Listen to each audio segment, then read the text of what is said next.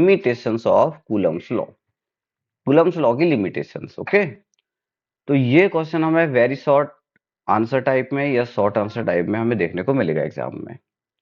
तो इसके तीन सिंपल से पॉइंट है। पहला है it can be applied for static charge, charge रुके हुए होने चाहिए, वेलोसिटी 0 होनी चाहिए। सेकंड है पॉइंट चार्ज होने चाहिए, मतलब चार्ज की साइज बहुत छोटी होनी चाहिए। ओके, बेसिकली आपको उसमें उस चार्ज की रेडियस या लेंथ या सब कुछ भी नहीं देंगे, ठीक है, तो वो आपके लिए पॉइंट चार्ज ही है। थर्ड और मोस्ट इंपॉर्टेंट पॉइंट क्या है, दोनों चार्जेस के बीच का जो डिस्टेंस है वो बहुत ज्यादा भी नहीं होना चाहिए और बहुत कम भी नहीं होना चाहिए। ओके, तो ये तीन पॉइंट आपको याद रखने हैं, तो यहां से आपके 2 मार्क और 3 मार्क के क्वेश्चन बन जाएंगे। अब इसके बाद आता है Coulomb's law and vector form. ये थोड़ा सा डिफिकल्ट पार्ट है, ठीक है, इसको आप अच्छे ध्यान से समझना, ये इंपॉर्टेंट पॉइंट होता है ये।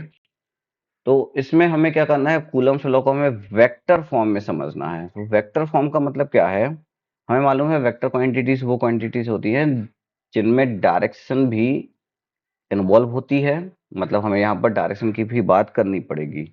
हमने अभी तक ये बता दिया कि फोर्स इतना लग रहा है, ठीक है, मान लो हमने फॉर्मूला लगाया और हमें फोर्स मिला 5 न्यूटन, उसका डायरेक्शन नहीं पता लेकिन, ठीक है, ईस्ट में या वेस्ट में ये हमें नहीं पता, तो यहाँ पर हम उसका डायरेक्शन भी सीखेंगे। अभी यहाँ पर हमने एक कोऑर्डिनेट एक्सिस बनाई है, ये एक्स एक्सिस है, ये वाई है, ठीक है, और ये जेड है। जेड का तो कोई यूज है नहीं, बाकी एक्स और वाई हमने यहाँ पर बनाई है, लेकिन ये आपको एग्जाम में बनानी पड़ेंगी। अब यहाँ कहीं पर हमने एक पॉइंट लिया है, उस पॉइंट पर हमने एक चार्ज लिया है Q1, ठीक है।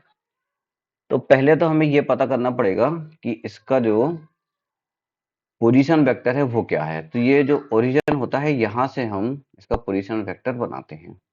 तो यहाँ से यहाँ तक का जो पोजीशन वेक्टर है वो है हमारा R1 वेक्टर। ओके, फिर ऐसे ही हमने दूसरे चार्ज को लिया, तो दूसरे चार्ज का पोजीशन वेक्टर हो गया R2 वेक्टर। तो ये दोनों हमारे इसके पोजीशन वेक्टर बन गए।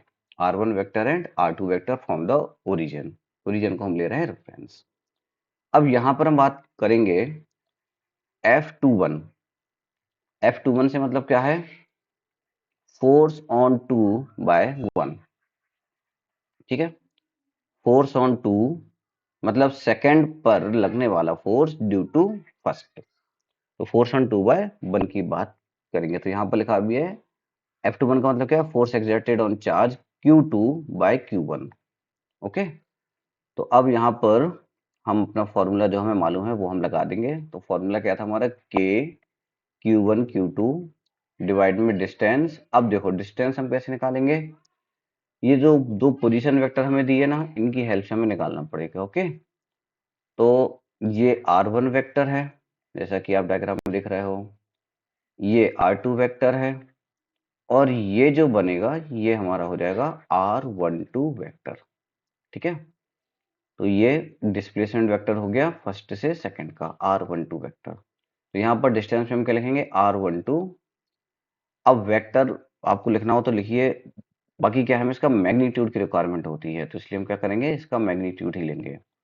तो मैग्नीट्यूड में बेसिकली हम क्या करते हैं, मैग्नीट्यूड में हम इस टाइप से लाइन दो बना देते हैं, लेकिन उसकी भी यहाँ पर रिक्वायरमेंट नहीं है क्योंकि हमें स्क्वायर चाहिए है। तो अगर आप मैग्नीट्यूड बनाओ या नहीं बनाओ, आप इसको नेगेटिव में भी रखोगे तो स्क्वायर ऊपर वो पॉजिटिव ही बन जाएगा, तो यहाँ पर कोई रिक्वायरमेंट नहीं है उसकी। लेकिन अभी ये जो है ये सिर्फ हम इसकी वैल्यू दे रहा है, मैग्नीट्यूड दे रहा है। डायरेक्शन के लिए हमें क्या लिखना पड़ेगा, R12 कैप। तो जैसे हम आई कैप एक्स एक्सिस के लिए लिखते हैं, जे कैप हम वाई एक्सिस के लिए लिखते हैं, ऐसे ही हमें यहाँ पर अब R12 कैप लिखना होगा, जो हमें डायरेक्शन बताएगा कि ये इसका फोर्स का डायरेक्शन है, ठीक है। तो अभी हम दोनों चार्जेस को पॉजिटिव कंसीडर कर रहे हैं, तो पॉजिटिव के हिसाब से यहाँ पर फोर्स लगेगा इस डायरेक्शन में R12 कैप में। ओके, तो ये बन गया हमारा फॉर्मूला। तो यहाँ पर हम बता देंगे कि R12 is the unit vector along the direction F21। अब आगे बढ़ते हैं इसमें और देखते हैं क्या है। तो सिमिलरली अगर हम दूसरे चार्ज पर लगने वाले फोर्स को निकालेंगे तो भी फॉर्मूला सेम ही बनेगा।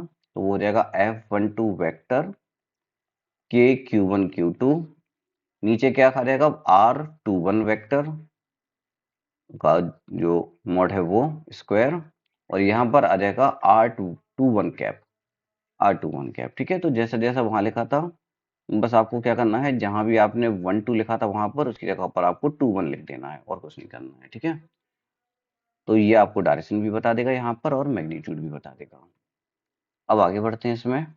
अब यहाँ से हमें ये एक ऑब्जर्वेशन देखने को मिली कि देखो R12 कैप अगर लिखोगे तो वो R21 का अपोजिट रहेगा, क्योंकि 1 से 2 का मतलब क्या है कि आप यहाँ से यहाँ का डायरेक्शन ले रहे हो, और 2 1 का मतलब क्या होगा, आप यहाँ से यहाँ का डायरेक्शन ले रहे हो।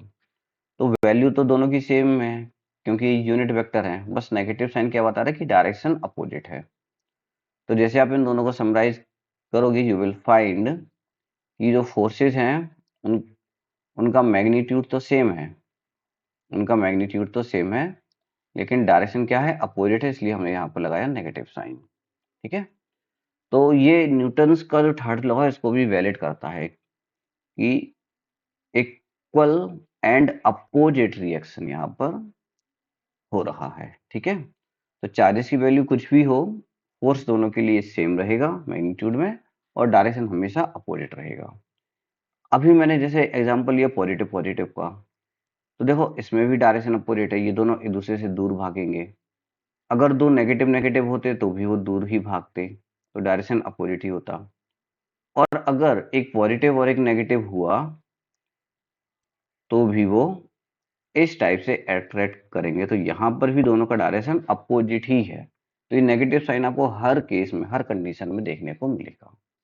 ठीक है, तो अब देखो ऊपर जो भी चीजें हमने की हैं उसको थोड़ा सा और अच्छे से यहाँ पर हम समझते हैं कि R12 कैप को हम और क्या लिख सकते थे।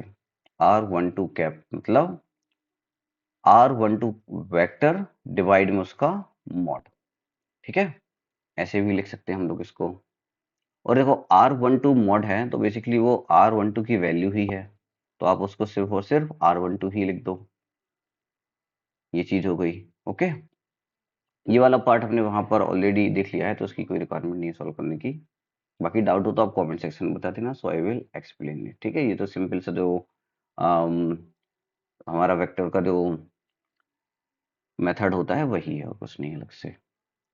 अब F21 वेक्टर का हमने जो फॉर्मूला लिखा था वो ये है, और R12 कैप की जगह R12 कैप की जगह हम ये लिखने वाले हैं, तो ये लिख दिया हम लोगों ने यहाँ पर। ठीक है, अब इससे क्या होगा, देखो नीचे R12 स्क्वायर है, R12 है, तो यहाँ पर 2 की पावर है, यहाँ 1 की पावर है, तो ये मिलकर 3 की पावर बन गई। ओके, तो एक फॉर्मूला हमारा ये बन गया यहाँ पर, F21 इज इक्वल टू के Q1 Q2 R12 vector divide में R12 होल क्यूब। ठीक है, ये बन गया हमारा फॉर्मूला। अब R12 वेक्टर को हम ऐसा लिख सकते हैं, फाइनल माइनस इनिशियल। ठीक है, इसको हम कैसे लिख सकते हैं, R final minus R initial, मतलब R21 cap, oh sorry R2 vector minus R1 vector. तो जहां पर भी ये लिखा है R12 उसकी जगह पर हम अब क्या लिख देंगे, R21 माइनस R1 वेक्टर। ठीक है, नीचे भी यही चीज लिख देंगे, R2 माइनस R1 का होल क्यूब। तो ये हमारा यहाँ पर एक इसका एक्सटेंडेड फॉर्म और बन गया है। ठीक है, तो सिमिलरली आप दूसरे के लिए भी ऐसा लिख सकते हो। इसको 2 3 बार लिखकर आप देखोगे तो आपसे ये बनने लगेगा। इसमें जो 11th के हमारे वेक्टर्स के कॉन्सेप्ट हैं वो बेसिकली यूज हो रहे हैं। सो आई होप यहाँ तक आपको अच्छे समझ में आ गया होगा। अब नेक्स्ट वीडियो में मिलेंगे हम सुपरपोजिशन प्रिंसिपल के साथ।